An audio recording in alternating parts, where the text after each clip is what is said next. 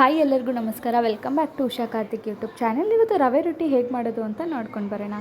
ಇದರಲ್ಲಿ ರವೆ ಮತ್ತು ಕ್ಯಾರೆಟ್ ತುರಿದಾಕೊಂಡಿದ್ದೀನಿ, ಹಾಗೆ ಚಿಕ್ಕ ಚಿಕ್ಕ ಈರುಳ್ಳಿ ಕಟ್ ಮಾಡ್ಕೊಂಡಿದ್ದೀನಿ, ಮತ್ತು ಸಬ್ಬಕ್ಕಿ ಸೊಪ್ಪು ಹಾಕ್ಕೊಂಡಿದ್ದೀನಿ, ತೆಂಗಿನಕಾಯಿ ಮತ್ತು ಮೆಣಸಿನ್ಕಾಯಿ ತುರಿದಾಕೊಂಡಿದ್ದೀನಿ, ಹಾಗೆ ರುಚಿಗೆ ತಕ್ಕಷ್ಟು ಉಪ್ಪು. ಏನಕ್ಕೆ ಮೆಣಸಿನ್ಕಾಯಿ ಮತ್ತು ತೆಂಗಿನಕಾಯಿ ತುರಿದಾಕೊಂಡಿದ್ದೀನಿ ಅಂದರೆ, ಮೆಣಸಿನ್ಕಾಯಿ ಬಂದು ಮಕ್ಳು ಬಾಯಿಗೆ ಸಿಗಲ್ಲ, ಅದಕ್ಕೋಸ್ಕರ ತುರಿದಾಕೊತೀನಿ. ತುಂಬ ಟೇಸ್ಟಾಗಿರುತ್ತೆ ಈ ಥರ ಮಾಡಿದ್ರೆ. ಹಾಗೆ ಇದನ್ನು ಚೆನ್ನಾಗಿ ಮಿಕ್ಸ್ ಮಾಡ್ಕೊಳ್ಳೋಣ.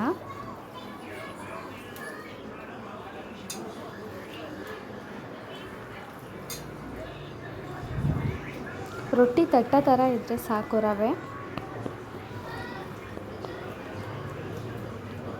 ಒಂದು 10 ನಿಮಿಷ ನೆನೆಸಿಕ್ಕೊಬೇಕು. ಹಾಗೆ ಇನ್ನೊಂದು ಚಟ್ನಿಗೆ ರೆಡಿ ಮಾಡ್ಕೊಳ್ಳೋಣ.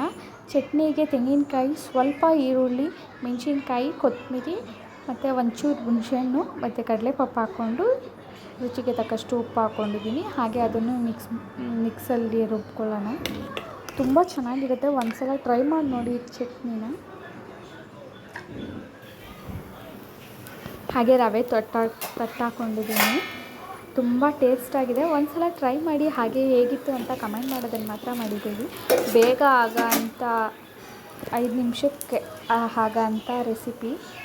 ಬೆಳಗ್ಗೆ ಎದ್ದು ಏನು ಮಾಡೋದು ಅಂತ ತಲೆ ಕೆಡಿಸ್ಕೊಂಡಿದ್ರೆ ಈ ರೆಸಿಪಿನ ಖಂಡಿತ ನಾನು ಹೇಳೋಕ್ಕೆ ಇಷ್ಟಪಡ್ತೀನಿ. ತುಂಬ ಬೇಗ ಆಗುತ್ತೆ ಇದು.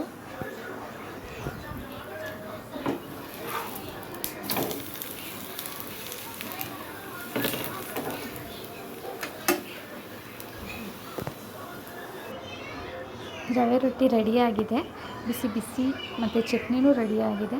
ಹಾಗೆ ನಮ್ಮ ಚಾನೆಲ್ ಇಷ್ಟ ಆಗಿದ್ದರೆ ಸಬ್ಸ್ಕ್ರೈಬ್ ಮಾಡಿ, ಲೈಕ್ ಮಾಡಿ, ಶೇರ್ ಮಾಡೋದನ್ನು ಮಾತ್ರ ಮರಿಬೇಡಿ. Thank you for watching.